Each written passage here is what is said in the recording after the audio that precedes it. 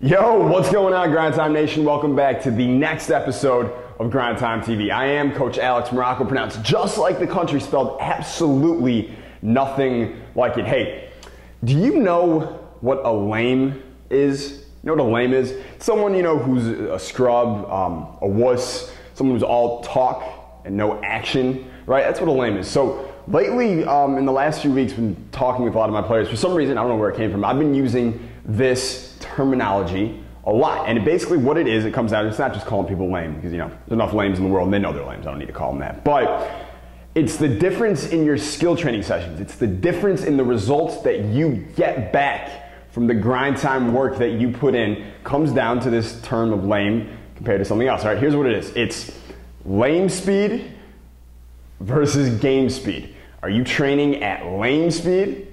Or are you training at game speed? 'Cause I'll tell you what, if you train at a lame speed pace, you are going to get lame results. You train at a game speed pace, get game time results, all right? So brings me to Daniel Watkins' question. Daniel sent a question a few days ago, grind time player, trains with effective ball handling 2.0 right now. Simple question, all he asked was, well actually it was a follow-up question, he already asked me one, but I'm not gonna cover that right now. He said, I have amazing foot speed. He's also really humble. I don't know if I mentioned that. I have amazing foot speed. How would I be able to run faster dribbling the ball with control? Well, Daniel, it comes down to two things. And thanks for your question, by the way. But it comes down to two things. One, the principle of specificity. All right, so you want to get faster dribbling the ball full court, end to end. You want to get faster at it and do it with more control. So the principle of specificity, say that 5 times fast, states that you need to be doing whatever it is that you want to be doing specifically, as you want to be training for it as specifically as possible. So if your goal is to dribble from one end to the other as fast as possible, let's say with your left hand with complete control, well, that means you need to literally just practice that specific movement over and over and over again. Now, if you want to get more specific with it or with your actual planning for it, I would tell you to do it 3 days a week, 3 sets, 3 to 5 repetitions of each. So that means from one end to the other would be 1 rep. You do that 3 to 5 times with about 10 to 15 seconds rest in between each one. And then you would take 2 to 3 minutes rest between those sets, and you do that for your left hand and for your right hand, and preferably for alternating hands as well. We cover a lot of that in Effective Ball Handling 2.0, but that's one. I said there were 2. That's the principle of specificity. The other idea of it, and this is kind of built in with the exercise prescription or the drill prescription that I just gave you, is that it needs to be done at game speed, not lame speed. All right, so make sure you're doing it at game speed when you're practicing this. Make sure, and that means game speed isn't just about going as fast as you can or going as hard as you can like you would in a game. That's one part of it.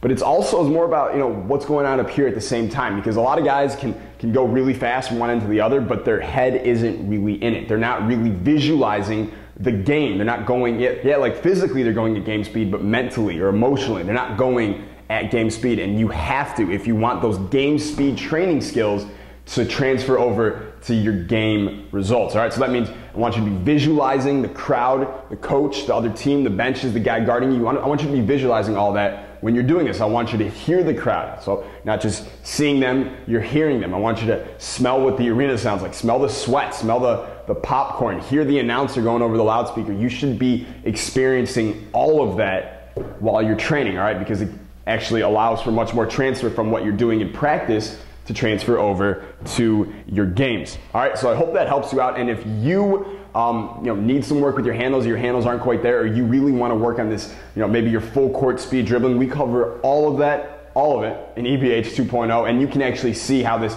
game speed concept, this complete game speed concept, is really worked into a periodized, planned out program to take you from wherever your handles are right now to exactly where you want them to be. All right, so click the link below if you're ready for that. And later today, we're gonna be talking more about what I spoke about yesterday, about the poison that players are putting in their mouth every single day that's poisoning their bloodstream and hijacking their conditioning amongst a variety of different problems that this toxin causes. All right, it's in your everyday food, you eat it all the time. I want you, if you're really serious about your game, to try and cut it out of your diet and replace it with better foods and better energy. We're going to talk about that later today. And I got some emails already from players and coaches who were offended by what I said, or trying to say this isn't true or this can't be true and things like that. And it's exactly what I expected. Really, the way that I'm really running my coaching now in these videos and Grind Time TV is I'm really trying to separate the people who are too sensitive to really achieve the kind of grind time results I want my players to achieve,